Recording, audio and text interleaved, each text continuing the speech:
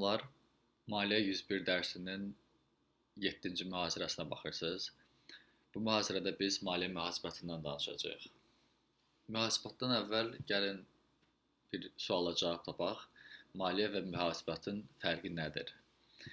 Biz oxşar söhbəti iqtisadiyyatdan danışarkən 2-ci mühazirəmizdə etmişdik və demişdik ki, iqtisadiyyatla maliyyəni bir-birindən tam ayırmaq mümkün deyil.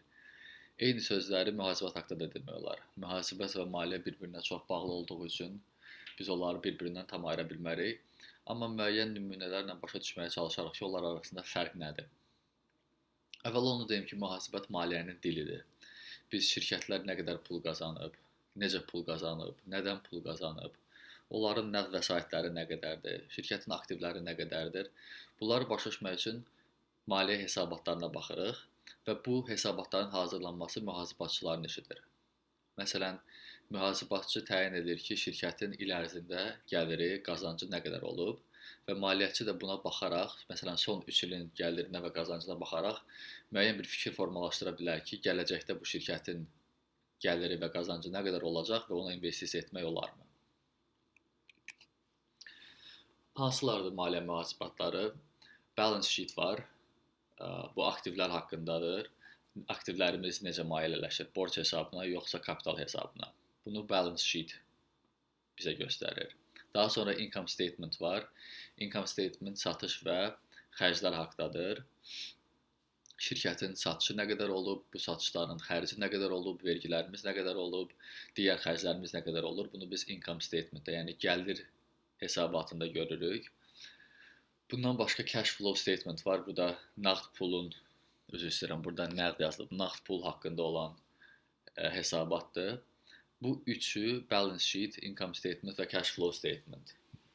Aktivlər haqqında olan hesabat, gəlir hesabatı və nağd pul haqqında olan hesabat maliyyəçilərin ən çox baxdığı 3 hesabatdır. Və bundan başqa kapital haqqında hesabat var, menecerlərin özləri üçün olan hesabatlar var ki, onlar daha az önəm daşır, amma yenə də o işi görən insanlar üçün həmin hesabatlarda kifayət qədər önəmli ola bilər. Amma biz maliyyətçi olaraq bu 3 hesabata çox baxacağıq. Mühasibatın rolundan danışaq. Mühasibatın rolu şirkət idarə etməsində böyükdür. Sizin əgər bir biznesiniz varsa, siz başa düşməlisiniz ki, onun aktivləri nə qədərdir, sizin hansı ləvazimatlarınız var, bu ləvazimatların qiyməti nə qədərdir, zavod fabrikiniz varsa, o zavod fabrikin qiyməti nə qədərdir, ümumilikdə sizin borcu olan tələbiniz nə qədərdir. Bu sualları bir şirkət idarə edən şəxs mütləq başa düşməlidir. Şirkət idarə etməsindən başqa mühasibatın dövlət vergilərində də böyük rolu var. Çünki biz indiyə qədərki olan iqtisadiyyat mühazirələrimizdə bu haqda geniş danışmışıq ki, dövlət büdcələri adətən vergi hesabına formalaşır və bu vergilərin də, belə deyək, məbləğini müəyyənləşdirmək üçün dövlət bilməlidir ki, şirkət nə qədər pul qazanır. Bir şirkətin qazancı 10 mindirsə, ondan tutulan vergi daha az olacaq, nəinki həmin şirkətin qazancı 10 milyon dollar olsa. Banklar və kreditorlar üçün də mühasibatın rolu böyükdür. Bir bank bir biznesə müəyyən məbləğdə kredit verəndə əvvəlcə baxır ki, həmin şirkətin vəziyyəti necədir və bu vəziyyəti başa düşmək üçün maliyyə hesabatlarına baxılır. Eləcə də investorlar üçün, borc verənlər üçün maliyyə hesabatlarının rolu demək olar ki, investorlar üçün olan rolla eynidir. Biz hər hansısa bir şirkətə yatırım eləyəndə başa düşməliyik ki, həmin şirkət pulu necə qazanır, pulu nəyə xərcləyir. Və bu dərsdə üstündən keçəcəyimiz maliyyə hesabatlarını başa düşmək belə deyək, investorlar üçün labüddür. Başlayaq maliyyə hesabatları haqqında nisbətən ətraflı danışmağa və onları başa düşməyə. Bu şəkil biz kapital strukturdan danışarkən təməl maliyyə anlayışları mühazirəsinin kapital struktur haqqında olan slaydında eyni şəkildən istifadə etmişdik. Bu şəkildə nə baş verir? Şirkətin əsətləri var, yəni şirkətin sahib olduğu pul var, zavod fabriklər var, müxtəlif torpaq sahələri ola bilər. Bu şirkətin nəyi varsa odur, assets, yəni aktivləri. Həmin aktivlər iki cür maliyyələşə bilər. Ya sizin öz pulunuz hesabına, buna equity deyilir, ya da borc hesabına, yəni debt. Əsətlərə dediyimiz kimi daxildir nağd pul, depozitlər, zavodlar, binalar, ləvazimatlar. Şirkətin nəyi varsa o əsətsə daxildir. debt hissəsi borc hissəsidir. Buna eyni zamanda ingilis dilində liabilities deyilir. Burada nə olur? Burada şirkətin götürdüyü kreditlər ola bilər.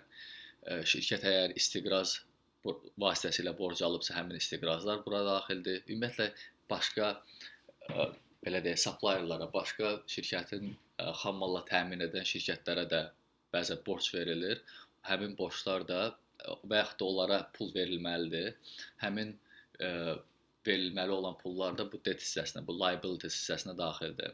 Equity-yə nə daxildir? Şirkət yaranarkən sizin öz cibinizdən qoymuş olduğunuz pul və yaxud da bu böyük şirkətdirsə, böyük şirkət IPO etdiyi zaman investorlardan nə qədər pul yığılıbsa, o equity-yə aiddir. Eyni zamanda şirkət fəaliyyət göstərdikcə müəyyən qazanc əldə edir və o qazancın hamısı investorlar tərəfindən geri götürülmür. Bəziləri biznesə geri yatırım edilir və həmin saxlanılmış qazanc da equity-yə daxildir.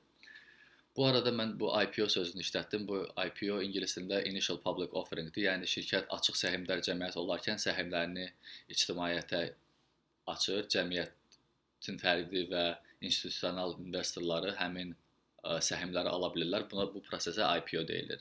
Bax, o həmin IPO zamanı nə qədər pul yığılırsa, bu equity-nin tərkib hissəsi olur. Gəlin bir nümunəyə baxaq. Bu Nike nümunəsidir. Siz Nike'ın saytına gedib onların Investor Relations bölümündə bu hesabatı görə bilərsiniz. Slaydın adı Nike-ın nəyi vardır? Siz Bakıda oturub və yaxud da Gəncədə oturub, Azərbaycanın bir yerində oturub, Amerika ofislərində fəaliyyət göstərən şirkətlərin nəyi var, nəyi yox, bunu görə bilərsiniz. Maliyyənin gözəlliklərindən biri budur. Nike-ın, məsələn, biz baxırıq ki, 7464 milyon dollar nağd vəsaitləri var. Bundan başqa short term investments, yəni qısa müddətli investisiyalarının məbləği 1667 milyon dollar, yəni ki 1.6 milyard dollardır. Nağd vəsaitləri 7.4 milyard, qısa müddətli investisiyaları 1.6 milyard. Ümumilikdə aktivlərinin ümumi məbləği, bu göstərdiyimiz aktivlərin ümumi məbləği 36.5 milyard dollardır. Bax, bu rəqəm 36.5 milyard dollar. Eyni zamanda, geri qayıdaq əvvəlki slaydımıza, borcunun və kapitalının ümumi dəyəri nə qədərdir? Bunlar bir-birinə bərabər olmalıdır. Görək Nike nümunəsində bunlar bərabərdirmi? Bəli, bu rəqəm də bərabərdir, 36.5 milyard dollar. Baxaq görək Nike-ın nə kimi borcları var. Current portion of long-term debt. Yəni uzun müddətli borcun indiyə olan hissəsi görürük ki, keçən il 1 milyard dollar idi, bu il isə həmin borc verilibdir deyə sıfırdır. Heç bir uzun müddətli borcunun indiki hissəsi yoxdur. Daha sonra notes payable, accounts payable, bunlar müxtəlif, belə deyək, Nike-ın xam malla təmin edən şirkətlərə verilməli olan puldur. 5 milyon dollar, hesablarında isə 3.5 milyard borcu var Nike-ın özünü xam malla təmin edən şirkətlərə. Bundan başqa retained earnings dediyimiz o saxlanılmış qazancdır. Biz burada equity-dən danışarkən dedik ki, saxlanılmış qazanc da bu equity-nin kapitalın tərkib hissəsi olur. Nike-ın nümunəsində bu rəqəm -727 milyon dollardır. Yəni ki, şirkət keçən il bu rəqəm 965 milyon dollar olmuşdu. Bu il isə Nike tam olaraq pul qazanmayıb, pul itiribdir deyə bu rəqəm indi mənfiyə düşübdür. Keçək növbəti maliyyə hesabatına. Bu maliyyə hesabatı income statement-dır. Income statement satış və xərclər haqqındadır. Satış ingilis dilində revenue-dur. Şirkətin nə satırsa bir il ərzində və yaxud da bir rüb ərzində bu revenue-nun tərkib hissəsi olur. Buna eyni zamanda bizim dilimizdə gəlir də deyilir. Həmin gəliri qazanmaq üçün şirkətin xərcləri olur. Məsələn, ayaqqabı satılırsa, ayaqqabıya xal mal lazımdır ki, ayaqqabı istehsal olunsun. Həmin o xərclər cost of goods-un, yəni satış xərclərinin cost of goods sold-un, yəni satış xərclərinin tərkib hissəsi olur. Başqa əsas xərclərdən biri depreciation-dır, amortizasiya. Gəlin bu anlayışa biraz nəzər salaq. Təsəvvür edin ki, siz 10.000 dollarlıq bir biznes başlamışsınız və gedib 5.000 dollarlıq ləvazimat almışsınız. Həmin 5.000 dollarlıq ləvazimatın dəyəri hər il düşəcək, çünki amortizasiya olacaq və siz gərək hər il öz maliyyə hesabatlarınızı hazırlayanda o 5000 dollarlıq ləvazimatın dəyərini azaldasınız. Məsələn, 5000 dollarlıq ləvazimatın ömrü 10 ildirsə, 10 ildən sonra həmin ləvazimatın dəyəri 0 dollar olacaq. Ona görə də siz hər il ərzində həmin ləvazimatların maliyyə hesabatlarındakı dəyərini 500 dollar azaltmalısınız. Yəni 5000 dollarlıq ləvazimat almısınız. Hər il 500 dollar azaltsanız 10 ildən sonra həmin ləvazimatların məbləği 0 dollara düşəcək. Bundan başqa vergilər ödənilməlidir. Bunlar da maliyyə hesabatlarında göstərilir. Şirkət il ərzində nə qədər vergi verib və bütün bu xərclər çıxıldıqdan sonra geridə qalanı biz qazanc deyirik. Yəni net income. Yenə gəlin Nike nümunəsində onların satışı nə qədər olub, qazancı nə qədər olub, buna baxmağa çalışaq. İl ərzində Nike-ın satış məbləği 46 milyard dollar olub. Revenue 46 milyard dollardır. Xam mal üçün və müxtəlif dükanlarda satışın xərcləri 26 milyard dollar olub. 46 milyard satış və satışın xərcləri 26 milyard dollar. Amma bundan başqa onların marketinq və satışla bağlı digər xərclər olub. Burada demand creation expense yazılıbdır. Bu yəni tələb yaratmaq, insanlarda Nike maraq yaratmaq, Nike alma istəyi yaratmaq xərci. Buna da belə deyək, marketinq xərci deyə bilərik ki, 5 milyard dollara yaxın olub. Operating overhead expense, bu yəni adətən bura baş ofisin müxtəlif Nike dünyanın müxtəlif yerlərində ofisləri var. Həmin ofislərdəki xərc daxildir ki, bu da 11 milyard dollar olub. Nike-ın verdiyi vergi 666 milyon dollar olub il ərzində və geridə qalan pul da 3.2 milyard dollardır.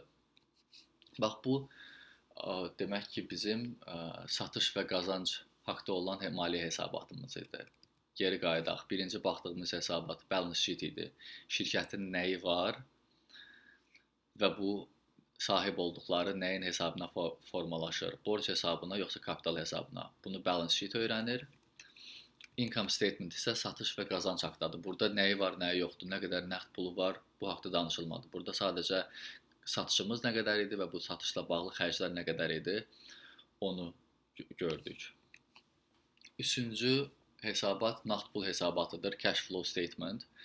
Burada biz artıq satışa və qazanca baxmırıq, sırf il ərzində Nike nağd pulunu nəyə xərcləyib və yaxud da nədən nağd pul əldə edibdi, ona baxılır və bu da üç istiqamət üzrə olur. Birincisi əsas fəaliyyətlər.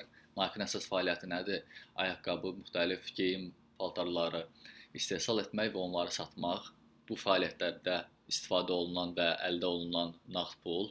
İnvestisiya fəaliyyətləri, yəni yatırımlar, əmlak, ləvazimatların alış-satışı. Bu artıq əsas fəaliyyət deyil, çünki Nike investisiya fəaliyyəti ilə məşğul olmur. Nike-ın gördüyü iş geyim və ayaqqabı alış satışıdır. Amma investisiya fəaliyyətlərindən də ya pul qazanır, ya da pul itirir. Pul Nike-dan gedir deyə.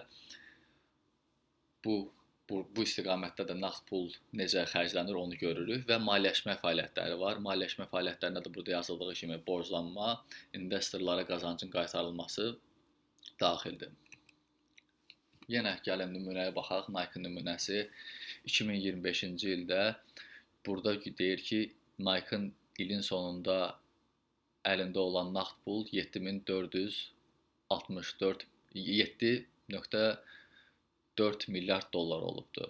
İlin başlanğıcında bu məbləğ, beginning of year, ilin başlanğıcında bu məbləğ 9.8 milyard idi.